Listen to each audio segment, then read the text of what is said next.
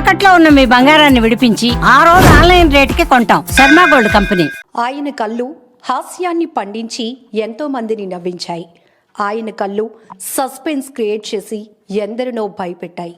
ఆయన కళ్ళు ఎన్నో వేల కళ్ళకు అమ్మోరు తల్లిని చూపించాయి. ఇప్పటికే మీ అందరికీ అర్థమై ఉంటుంది ఆయన ఎవరంటే ప్రముఖ సినీ హాస్య నటులు కల్లు చిదంబరం గారు. ఆయన గురించి మనకు తెలియలేని ఎన్నో విషయాలు ఇప్పుడు తెలియజేసే ప్రయత్నమై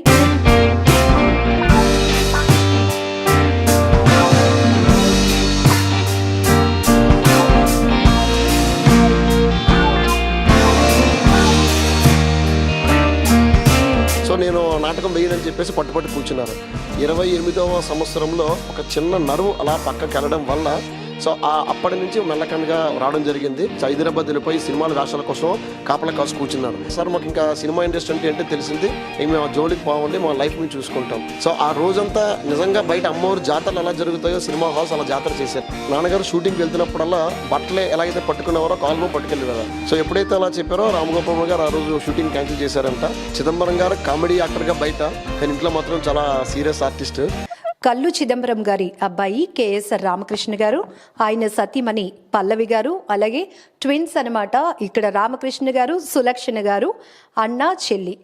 వీళ్ళతో పూర్తి వివరాలు అడిగి తెలుసుకుందాం చిదంబరం గారి గురించి. నమస్తే రామకృష్ణ గారు. ముందు మీరేం చేస్తున్నారు ఆ విషయం?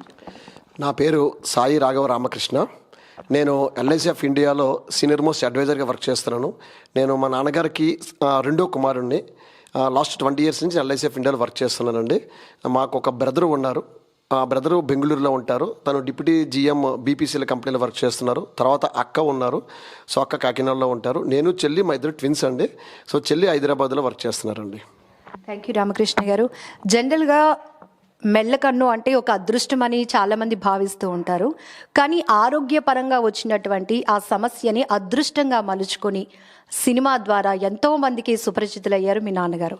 అసలు ఈ హెల్త్ ఇష్యూ ఎప్పుడు వచ్చిందండి? అంటే నాన్నగారికి అసలు చిన్నప్పటి నుంచి మెల్లకన్ను లేదు. అంటే చాలామందికి తెలిసే ఉంటుంది, అది చాలాసార్లు చెప్పుంటారు కూడా. నాన్నగారు 6వ తరగతి దగ్గర నుంచి నాటకాలు వేయడం మొదలు పెట్టేవారు.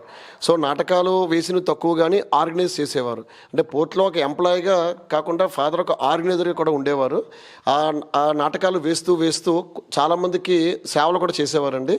అప్పట్లో దానివల్ల ఒక 10 సంవత్సరాల పాటు సరైన సమయానికి తిండి లేక నిద్ర లేకపోవడం వల్ల 28వ సంవత్సరంలో ఒక చిన్న నరువు అలా పక్కకి వెళ్ళడం వల్ల అప్పటి నుంచి మెల్లకన్నగా రావడం జరిగింది. తర్వాత 2-3 డాక్టర్స్కి కన్సల్ట్ చేస్తే ఒక అరగంట ప్రొసీజర్ చేస్తే ఆ మెల్లకన్నుని కూడా సరిదిద్దాం అనుకున్నారు. కానీ అప్పుడు కూడా టైం సరిపోకపోవడం వల్ల, అయితే ఉద్యోగరీత్యా నాటకాల వల్ల తర్వాత చూద్దాం అని చెప్పేసి అలా నెగ్లెక్ట్ చేయడం వల్ల ఆ కన్నుని అలాగే వదిలేసి వచ్చింది. అయితే తర్వాత అనుకోకుండా గొల్లపూడి మారుతీరావు గారు కళ్ళు నాటక నృత్యతో విశాఖపట్నం సాంబమూర్తి కళామందిర్ దగ్గర నాటక ప్రదర్శన కోసం అని చెప్పి ఎంబీ రఘు గారు వాళ్ళంతా ప్రపోజ్ చేశారు. అయితే అప్పుడు నాన్నగారికి నాటకాన్ని సినిమా వాళ్ళకి చూపించడం పెద్ద ఇంట్రెస్ట్ లేదు. నేను నాటకం వేయనని చెప్పేసి పట్టుపట్టు కూర్చున్నారు. అయితే మిగతా ఆర్టిస్టులు అందరూ బతిమాలేరు. సార్ అలాకా చిదంబరం గారు, మీ ఒక్క వల్ల నాటకం ఆగిపోతుంది, మా కోసమైనా మీరు వచ్చి నాటకం వేయండి అంటే నాకు అయినా ఇంట్రెస్ట్ లేదు, నేను రానని చెప్పేసి అంటే మిగతా వాళ్ళు బలవంతం చేయడం వల్ల అప్పుడు ఎల్ సత్యానంద్ గారు అని చెప్పేసి మన స్టార్ మేకర్ విశాఖపట్నంలో ఉంటున్నారు. ఆయన నాన్నగారికి మంచి మిత్రులు. ఆయన ప్రోత్సాహంతో ఆ నాటకానికి వెళ్లాల్సి వచ్చింది. అప్పుడే ఆ కళ్ళు నాటకం అనేది ప్రదర్శించబడింది. ఆ ప్రదర్శన అయిన తర్వాత ఎవరైతే ఎంవి రఘు గారు వాళ్ళందరూ చూడడానికి వచ్చారో, నాన్నగారు అంతా తప్ప మిగతా వాళ్ళందరినీ పక్కన పెట్టి అనుకోకుండా వద్దు అనుకునే వ్యక్తినే కళ్ళు సినిమాకి యాక్టింగ్ ఇంట్రడ్యూస్ చేయడం జరిగిందండి. ఇంకా ఎప్పుడైతే ఒక సినిమా వేశారో తర్వాత మెల్లకన్ను సరిదిద్దుకుందాం అనుకున్నారు. కానీ అదే ఆయన జీవితానికి మంచి పేరు తెస్తుందని చెప్పేసి ఇంకా అక్కడితో ఆ మెల్లకన్ను కూడా కంటిన్యూ చేయాల్సి వచ్చిందండి. ఇంకా ఈ రకంగా ట్రీట్మెంట్కి కూడా వెళ్ళటానికి ఇష్టపడలేదు. ఇంకా అప్పటి నుంచి ట్రీట్మెంట్ కూడా అలానే ఇంట్రెస్ట్ లేదు. అయితే ఒక సినిమా అయిపోయిన తర్వాత మళ్ళీ అక్కడి నుంచి భార్గవ్ ఆర్ట్స్ ప్రొడక్షన్స్ వాళ్ళు సార్ డైరెక్టర్ గారు ఫోన్ చేయడం జరిగింది. నేను చేయనని చెప్తే రెండో సినిమా కదా ముద్దుల మాయ సినిమా అండి. రెండో సినిమాగా చేసి వెళ్ళిపోండి అంటే అప్పటికి ఇష్టపడేవారు కాదు. ఆ తర్వాత చేయించుకుందాం అనుకున్నారు. ఎప్పుడైతే ముద్దుల మాయ రెండో సినిమా చేశారో తర్వాత 3వ ఆఫర్ రావడంతో ఇంకా ముచ్చటగా 3 చేసి ఆపేద్దాం అనుకున్నారు. ఇంకా 3 సినిమాలు ఎప్పుడైతే యాక్ట్ చేయడం జరిగిందో ఇంకా అక్కడి నుంచి అదే ఆయనకి లైఫ్ టర్నింగ్ అని చెప్పేసి అది అనుకోకుండా మొట్టమొదటి సినిమా నంది అవార్డు రావడం, మద్రాసు వాళ్ళు కళాసాగర్ అవార్డు రావడం, డిపార్ట్మెంట్ నుంచి కూడా కొంచెం వాళ్ళు సపోర్ట్ ఇచ్చారు కాబట్టి ఆ మెల్లకన్నుతోటే ఇంకా కంటిన్యూ చేయాల్సి వచ్చిందండి. అంటే ఆయన నటన హాస్యంతో ఎంతో మంది అభిమానుల్ని సంపాదించుకున్నారు. గతంలో కూడా ఆయన చాలా ఇంటర్వ్యూస్లో సినీ పరిశ్రమ ఎలా ఉంటుంది, ఇప్పుడు తెరపైన మేము చూసినట్టే అంతే ఆనందంగా అంతే కలివిడిగా ఉంటారా అంటే ఆ పరిస్థితులు ఇండస్ట్రీలో ఉండవని కూడా చెప్పడం జరిగింది. మీతో ఎప్పుడైనా అంటే వీళ్ళు ప్రోత్సహిస్తారు, వీళ్ళు ఇలా ఉంటారు, ఇలాంటివి ఎప్పుడైనా డిస్కస్ చేశారండి? అంటే దానికి ఒక ఉదాహరణ అండి, 15 సంవత్సరాల క్రితం నాన్నగారు ఒక ఇన్స్టిట్యూట్ పెట్టేవారు. ఇప్పుడు మీరు చెప్పినట్లు చాలామంది తెలుసో తెలియకో ఈస్ట్ గోదావరి నుంచి వెస్ట్ గోదావరి నుంచి డిఫరెంట్ ప్లేసెస్ నుంచి హైదరాబాద్ వెళ్ళిపోయి సినిమాల వేషాల కోసం కాపలా కాసు కూర్చున్నారు. అంటే అదొక వ్యామోహంతో వాళ్ళు వెళ్ళిపోతుండేవారు. సో అందుకు నాన్నగారు ఒక ప్రయత్నం ఏం చేశారు అంటే, అసలు ముందు సినీ పరిశ్రమ గురించి తెలుసుకోండి, అంటే నటన అనేది పక్కన పెడితే అందులో లైఫ్ ఎలా ఉంటుంది, అంటే ప్రతి ఒక్కడికి ఒక అవకాశాలు రావు. సో కొంతమంది ఇప్పుడు నటిస్తున్నారు అంటే బ్యాక్గ్రౌండ్ సపోర్ట్ ఉంది, ఆ బ్యాక్గ్రౌండ్ సపోర్ట్తో వాళ్ళకి టాలెంట్ ఎలా వస్తుంది, మన సపోర్ట్ ఎలా ఇవ్వాలి, సో లైఫ్ అంటే ఏంటి అని చెప్పి ఒక ఇన్స్టిట్యూట్ పెట్టారండి. ఆ ఇన్స్టిట్యూట్ బ్యాచ్కి 2-3 బ్యాచ్లు రన్ చేశారు. సో 40 నుంచి 50 మంది స్టూడెంట్లు వచ్చేవారు. అంటే ఫీజు కోసం కాదు, అసలు ముందు వాళ్ళ లైఫ్ అంటే ఏంటో తెలియాలి. సో ఆ 2 బ్యాచ్లు కంటిన్యూ అయిన తర్వాత ఒక 100 మంది వరకు స్టూడెంట్లు, ఈవెన్ 2-3 కూడా సార్ మాకు ఇంకా సినిమా ఇండస్ట్రీ అంటే ఏంటో తెలిసింది, ఇంక మేము ఆ జోలికి పోవండి, మా లైఫ్ మేము చూసుకుంటాం అంటే వాళ్ళకి తెలియక ఏదో వ్యామోహంతో సినిమాల్లోకి వెళ్ళిపోదామని చెప్పేసి ఒక ప్రయత్నం. అది నాన్నగారు ఇన్స్టిట్యూట్ పెట్టి అసలు సినిమా పరిస్థితి ఎలా ఉంటుంది, అవకాశాలు ఎలా వస్తాయి, ఒకవేళ అవకాశాలు వస్తే మనం ఎలా సర్వైవ్ అవ్వాలి అక్కడ.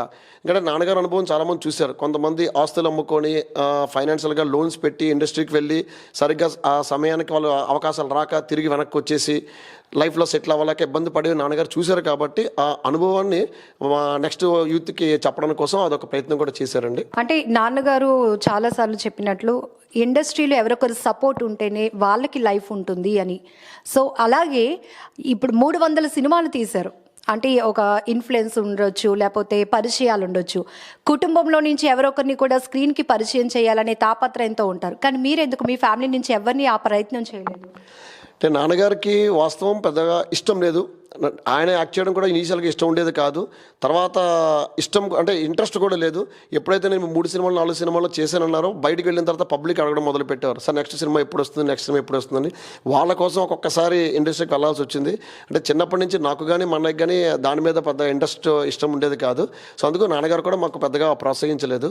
అయితే మీరన్నట్లు బ్యాక్ సపోర్ట్ ఎవరో ఉండాలి. అది నేను చాలాసార్లు నాన్నగారు మీటింగుల్లోని డిఫరెంట్ అకేషన్స్లో చెప్తున్నాం, మేము కూడా వింటుండేవాళ్ళం. ఏ రకంగా ఇన్ఫ్లుయెన్స్ లేదు. అంటే కొంతమంది డైరెక్టర్స్ నాన్నగారికి బాగా పరిచయస్తులు ఉండేవారు. ఒక ముత్యాల సుబ్బయ్య గారు అని కానీ, రాలింగ నరసింహారావు గారు కానీ, ఈవీవి సత్యనారాయణ గారు కానీ, ఎస్వి కృష్ణారెడ్డి గారు కానీ, రామగోపాలరావు, అంటే అటువంటి వాళ్ళు ఎక్కడ సినిమా తీసినా కంపల్సరీగా ఎవరు సపోర్ట్ ఇన్ఫ్లుయెన్స్ లేకుండా ఆ క్యారెక్టర్ అనేది నాన్నగారి కోసం కేటాయించేవారు. అంటే దానికి ఎగ్జాంపుల్ మన గోవింద సినిమా అండి. అంటే కొంతమంది పెద్ద హీరోయిన్లు అనుకుంటారు పలానా స్టార్ ఉంటే నేను చేస్తా, పలానా స్టార్ ఉంటే నేను యాక్ట్ చేయను అని చెప్పేసి. ఆ గోవింద సినిమాలో శ్రీదేవి గారితో నాన్నగారు కాంబినేషన్ వచ్చింది. సో రామగోపాలమ్మ గారు క్యారెక్టర్ లిస్ట్ రాస్తే శ్రీదేవి గారు చెప్పారంట, ఆ ఆర్టిస్ట్ ఎవరో నాకు తెలియదు, సో నేను ఆ సీను నేను చేయలేను ఆయనతో అని చెప్పేసి. సో ఎప్పుడైతే అలా చెప్పారో రామగోపాలమ్మ గారు ఆ రోజు షూటింగ్ క్యాన్సిల్ చేశారంట. నేను ఆ సార్ ఉంటే కానీ నేను నెక్స్ట్ డే షూటింగ్ మొదలు పెట్టలేననేసి. అప్పుడు శ్రీదేవి గారు అసలు ఏంటి ఆ సార్ తలక అంటే, అప్పుడు రామగోపాలమ్మ గారు శ్రీదేవి గారికి చెప్పారంట, ఆయన పోర్టెస్ట్లో ఇంజనీరింగ్ అండి, సో నేను ఏ సినిమా అన్నా ఆయన కంపల్సరీ ఒక ఆఫర్ ఇస్తాను, ఆయన లేకపోతే ఈరోజు నెక్స్ట్ డే షూటింగ్ అవ్వదని చెప్పి. అప్పుడు శ్రీదేవి గారు నెక్స్ట్ డే పోనీ పిలిపించండి, నాకేందో ఒక సీనే కాదని చెప్పి నాన్నగారు రావడం. ఏదైతే మేడం ఎక్స్పెక్ట్ చేశారో శ్రీదేవి గారు చాలా అంతకన్నా ఎక్కువగా నాన్నగారు ఆ సీన్ పండడం, గోవిందలో హోటల్లో సీను. అక్కడ కూడా అంతే మెల్లకన్ను, అదే టైంకి ఆవిడ కూడా సేమ్ రియాక్షన్తో మెల్లకన్ను పెట్టి నాన్నగారిని చూడడం. అంటే లిఫ్ట్ గురించి కొన్ని రకాల సీన్స్. అప్పుడు ఆ శ్రీదేవి గారు తెలుసుకున్నారు, చిదంబరం గారు అంటే నాకు ఎవరో తెలియదు అనుకున్నాను, నంది అవార్డు గ్రహీత అంత సీనియర్ మోస్ట్ ఆర్టిస్టు అని చెప్పేసి ఆవిడ కూడా నెక్స్ట్ డే కూడా ఆవిడ యాక్ట్ చేయడం జరిగింది. అలా ఆ బిట్ చిన్నదే అయినా కూడా స్క్రీన్ మీద మాత్రం చాలా నవ్వులు పండించింది. అండ్ అప్పటితో శ్రీదేవి గారి అభిప్రాయం మారిందండి. ఆ రోజు తర్వాత శ్రీదేవి గారు కూడా అనుకున్నారంట, అయ్యో నాకు తెలియక అసలు నిన్న షూటింగ్ చేసి ఉంటే బాగుండేదేమో. అంటే ఆ ఉన్నది 2 సీన్లు అయినా సరే చాలా మంచిగా పండింది. ఆ క్యారెక్టర్ అని కానీ రామగోపాలమ్మ గారు ఇదే కానీ అంటే అంత ఎఫెక్షన్ అనమాట రామగోపాలమ్మ గారికి. అలాగే అనగనగా ఒకరోజు జేడి చక్రవర్తి గారు, ఊర్మిళ గారితో, అంటే ఏ సినిమా అయినా సరే అంటే కంపల్సరీ చిన్న బిట్ అయినా సరే నాన్నగారికి కంపల్సరీ ఇవ్వడం జరుగుతుందండి. అలాగే ఒకసారి శ్రీలంకలో ఒక షూటింగ్ చేయాల్సి వచ్చింది అడవి. అప్పుడు నాన్నగారికి హెల్త్ బాగాలేకపోయినా సరే నాన్నగారి కోసం 2-3 రోజులు వెయిట్ చేసినా సరే, శ్రీలంక మేము తీసుకెళ్తాం సార్ కంపల్సరీగా మీరు రండి అని చెప్పేసి నాన్నగారి కోసం వెయిట్ చేసే రోజులు అయితే ఉన్నాయండి. అలా ఇదే కదా ఆయన సాధించిన అచీవ్మెంట్. అవునండి. అంటే రామగోపాల్ వర్మ అలాగే పెద్ద డైరెక్టర్స్ అందరికీ కొంచెం బాగా పర్సనల్గా నాన్నగారు అంటే మంచి అభిమానం ఉందండి. సో 300 సినిమాల్లో చేశారు. చాలామంది కొత్త డైరెక్టర్స్ లేకపోతే యాక్టర్స్ ఎంతమందితో పరిచయం ఉన్నా మీ నాన్నగారికి బాగా ఫేవరెట్ ఎవరు, అలాగే మీ నాన్నగారి నటనకి ఫేవరెట్ అయిన ఇండస్ట్రీ పెద్దలు ఎవరు? అంటే నాన్నగారికి ఇండస్ట్రీలో అందరూ ఒకేలా చూసేవారు. డైరెక్టర్ పరంగా అయితే ఒక ముత్యాల సుబ్బయ్య గారు కానీ, రాలంగి నరసింహరావు గారు కానీ, ఈవి చచ్చన్న గారు, కోడి రామకృష్ణ గారు. అంటే కోడి రామకృష్ణ గారు అప్పుడప్పుడు వైజాగ్లో ప్రతి షూటింగ్ చేసేవారు. వైజాగ్ వచ్చినప్పుడల్లా నాన్నగారికి క్యారెక్టర్ లేకపోయినా ఫోన్ చేసేవారు. కళ్ళు అని పిలుస్తున్నారు, కళ్ళు గారు అని. కళ్ళు గారు మీ వైజాగ్ వచ్చామని. సో వైజాగ్ వచ్చిన కానీ మన ఇంటి దగ్గర నుంచి కంపల్సరీ హోమ్ ఫుడ్ ప్రిపేర్ చేసి తీసుకెళ్లేవారు. అంటే అంత క్లోజ్ ఫ్రెండ్లీ రిలేషన్షిప్ ఉండేదండి. అంటే వాళ్ళకి ఏది వచ్చినా చిదంబరం గారి ఫుడ్ కావాలి. ఒక కారపొడి కానీ, కందిపొడి కానీ, అలా మన కొన్ని రకాల టేస్టీ ఫుడ్స్. అలాగే ముత్యాల సుబ్బయ్య గారు వచ్చిన, ఈవి చచ్చన్న గారు వచ్చిన. ఈవి చచ్చన్న గారు కూడా నాన్నగారికి బాగా క్లోజ్ డైరెక్టర్ అండి. అది ఆర్టిస్టుల పరంగా అంటే అందరినీ ఒకేలా చూసేవారు. అంటే పలానా వ్యక్తి అనేది ఏమీ లేదు. ఆ రోజు ఎవరైతే యాక్ట్ చేసేవారో ఆ యాక్టింగ్ అనేది ఇంట్రెస్ట్ పెట్టేవారు. అంటే పర్టికులర్గా అలా ఉండేదేమీ కాదు. అంటే పూర్వకాలంలో అయితే నాకు తెలిసి కమెడియన్స్ రాలంగి నరసింహరావు గారు నాకు ఇష్టం ఉండేవారు.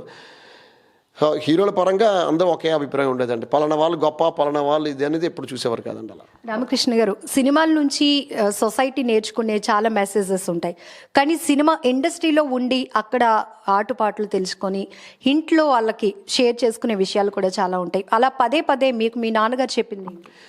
అంటే ఎప్పుడు కూడా సినిమా విషయాలు ఎప్పుడు ప్రాక్టికల్గా మా ఇంట్లో డిస్కస్ చేయలేదు. అంటే చిదంబరం గారు కామెడీ యాక్టర్గా బయట, కానీ ఇంట్లో మాత్రం చాలా సీరియస్ ఆర్టిస్ట్. అంటే ఇంటికి వచ్చామంటే మళ్ళీ చిదంబరం గారు కమెడీ అని మర్చిపోవాలి. ఇంట్లో అందరికీ కూడా చాలా స్ట్రిక్ట్గానే మూవ్ అవుతాం. ఆఫీస్ సంబంధించి కానీ సినిమా విషయాలు కానీ ఇంట్లో ఎప్పుడు చర్చించేవారు కాదు. ఫస్ట్ మూవీ కళ్ళు సినిమా షూటింగ్ చేసి ఇంటికి వచ్చారండి. అప్పుడు చిన్న చిన్న దెబ్బలతో క్యారెక్టర్ అనమాట.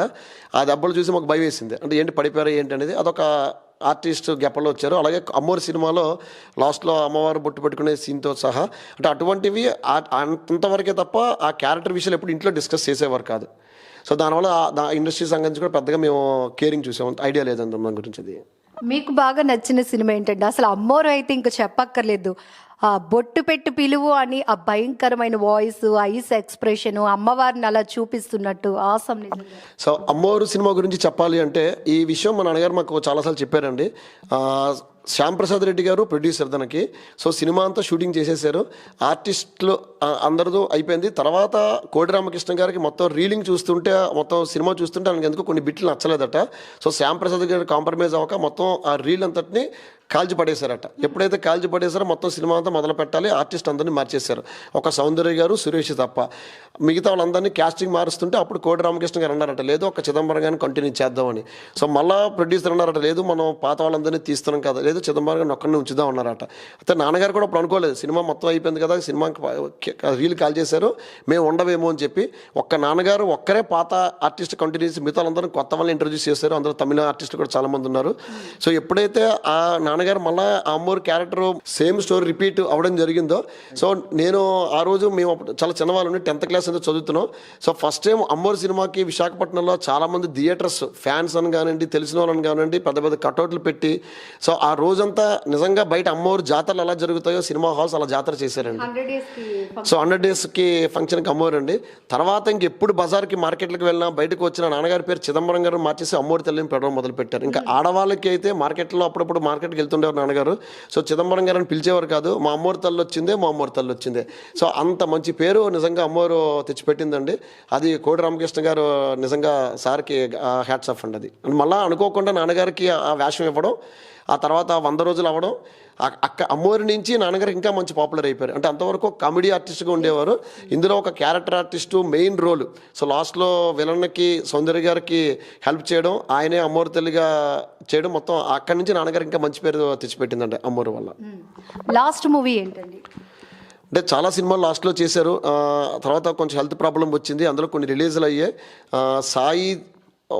సాయి మహిమ ఏదో బాబాగారి సినిమా సంబంధించి అనుకుంటాను, అదే ఆయన లాస్ట్ మూవీ చేయడం జరిగిందంట. తర్వాత కొన్ని సినిమాలు కూడా రిలీజ్ అవ్వలేదు. అంటే అనారోగ్య రీత్యా వెళ్ళలేకపోయారండి. యాక్చువల్లీ లాస్ట్ మూమెంట్ వరకు అడిగారు చేస్తానని. సో కొంచెం లంగ్స్ ప్రాబ్లం వచ్చి కూర్చునే వేషాలు అయితే చేస్తానని చెప్పారు, కానీ ఇంకా వాళ్ళకి అది ఇబ్బందికరం అని చెప్పేసి లాస్ట్లో కూడా సినిమాలు క్యాన్సిల్ చేసుకోవాల్సి వచ్చింది. అంటే నాన్నగారు ఇప్పటి వరకు సినిమా ఇండస్ట్రీలో కానీ నాటక రంగంలో కానీ అక్కడ ఉన్నటువంటి ఒడిదుడుకులు లేకపోతే కళాకారులకు ఎలాంటి ప్రోత్సాహం ఉండాలి, ముందు ఇండస్ట్రీ గురించి ఏం తెలుసుకోవాలి, ఇవన్నిటితో కూడి విశాఖ సకల కళాకారుల సమాఖ్య కూడా స్టార్ట్ చేశారు. సో ఇది ఎందుకు స్టార్ట్ చేస్తున్నాను అని చెప్పారు? ఎంత బిజీ, ఇటు పోర్ట్ జాబు ఇటు మూవీస్ అయినా కూడా మళ్ళీ కళాకారులకు ఏదో చేయాలని తపన ఎందుకండి? అంటే అది ఈ కళాకారుల తాలూకా సహకారం ఇప్పటి నుంచి కాదండి, 15-20 సంవత్సరాల క్రితం నాన్నగారు షూటింగ్కి వెళ్తున్నప్పుడల్లా బట్టలే ఎలాగైతే పట్టుకునేవారో ఒక ఆల్బమ్ పట్టుకెళ్ళి వెళ్ళారు. అంటే విశాఖపట్నంలో ఇంతమంది కళాకారులు ఉన్నారు, అందులో మనకు కొండవలస లక్ష్మణరావు గారు ఫోటో ఉండేది. అంటే అలాగే వైజాగ్ కళాకారులు ఎవరైతే ఉన్నారో నేను షూటింగ్ చేస్తూ ఆ డైరెక్టర్కి ఆ ప్రొడ్యూసర్కి నేనే కాదు అసలు నేను ఈ షూటింగ్ నేను అననుకుండి నాకంటే చాలా మంచి సీనియర్ ఆర్టిస్ట్ ఉన్నారు విశాఖపట్నంలో అని అప్పటి నుంచి ప్రయత్నించేవారు. కానీ ఇండస్ట్రీకి కావాల్సింది ఏంటి అంటే ఈ ఆల్బమ్లు ఇది కాదు, డైరెక్ట్గా వాళ్ళ పర్ఫార్మెన్స్, రికమెండేషన్, ఆబ్లిగేషన్. అటువంటి క్యారెక్టర్స్ వల్ల వైజాగ్ నుంచి ఎవరికి ఇప్పించేవారు కాదు. అలా చేసి చాలా సంవత్సరాలు అప్పుడు చాలా నిరాశ చెందారు, నా వల్ల ఎవరికి నేను హెల్ప్ చేయలేకపోతున్నాను.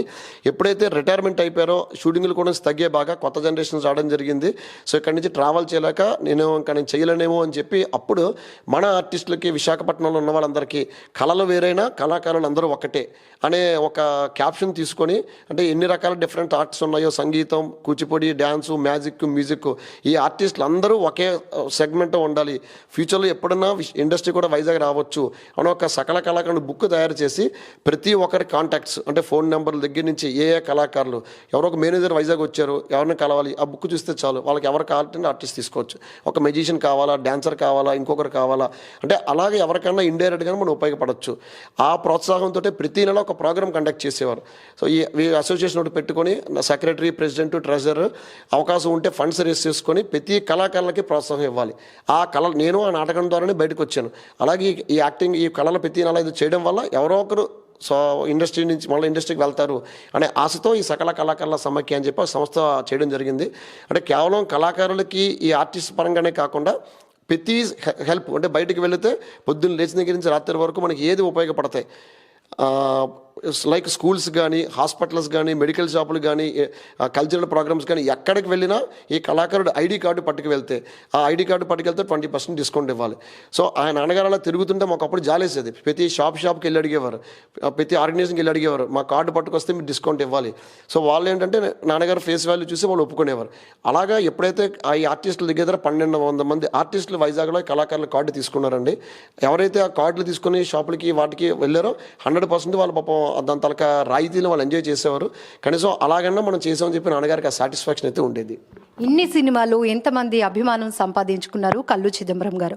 లాస్ట్ మూమెంట్లో న్యూమోనియాతో ఆయన బాగా బెడ్ సిక్ అవ్వడం, ఈ పరిస్థితిలో మీకేం చెప్పారు? అలాగే ఇండస్ట్రీ నుంచి ఏమైనా సపోర్ట్ కానీ లేకపోతే పలకరింపు, పరామర్శ ఇలాంటివి ఏమైనా ఉన్నాయండి? అంటే ఇండస్ట్రీ నుంచి యాక్చువల్లీ లాస్ట్ 2 years వరకు నాన్నగారు సిఓపిడి ప్రాబ్లంతో ఉండేవారు. వైజాగ్లో అయితే ఈవెన్ ఆక్సిజన్ సపోర్ట్తో కూడా వేశారు. అక్టోబర్ 19న చనిపోయిన నాన్నగారు అక్టోబర్ 12వ తారీఖున మన కళాభారతిలో రాఘవేంద్ర మహాత్యం అని చెప్పేసి నాటకం వేయడం జరిగింది. అంటే అది కూడా విజయవాడ రాయ గోపి గారి దగ్గర నుంచి నాటకం డైరెక్టర్ని రప్పించారు. ఈవెన్ ఆ టైంలో కూడా నాన్నగారికి నాటకం వెళ్ళి చూడాలని ఇంట్రెస్ట్. అప్పుడప్పుడు ఆక్సిజన్తో సపోర్ట్ హాస్పిటల్ నుంచి కూడా హాస్పిటల్కి వెళ్ళి చేసేవారు. అంటే మేమే ఇండస్ట్రీకి ప్రాపర్ ఇన్ టైంలో బాగోలేదని చెప్పి నేను చెప్పలేకపోయాను. తర్వాత రాజేంద్ర ప్రసాద్ గారు ఫోన్ చేశారు. సో నాన్నగారు మధ్యాహ్నం చనిపోవడం, ఆ రోజు సాయంత్రానికి మాకు బాగా క్రౌడ్ ఎక్కువయ్యి కరెక్ట్ ఇన్ఫర్మేషన్ మాకు ఇవ్వలేక నెక్స్ట్ డే లోకల్ ఆర్టిస్టులు అందరూ రావడం జరిగింది. ఇండస్ట్రీ నుంచి మనకి మా అసోసియేషన్ వాళ్ళు ఫోన్ చేసి ఫోన్లో నా నాన్నగారి తలక డీటెయిల్స్ అన్ని తీసుకోవడం జరిగిందండి.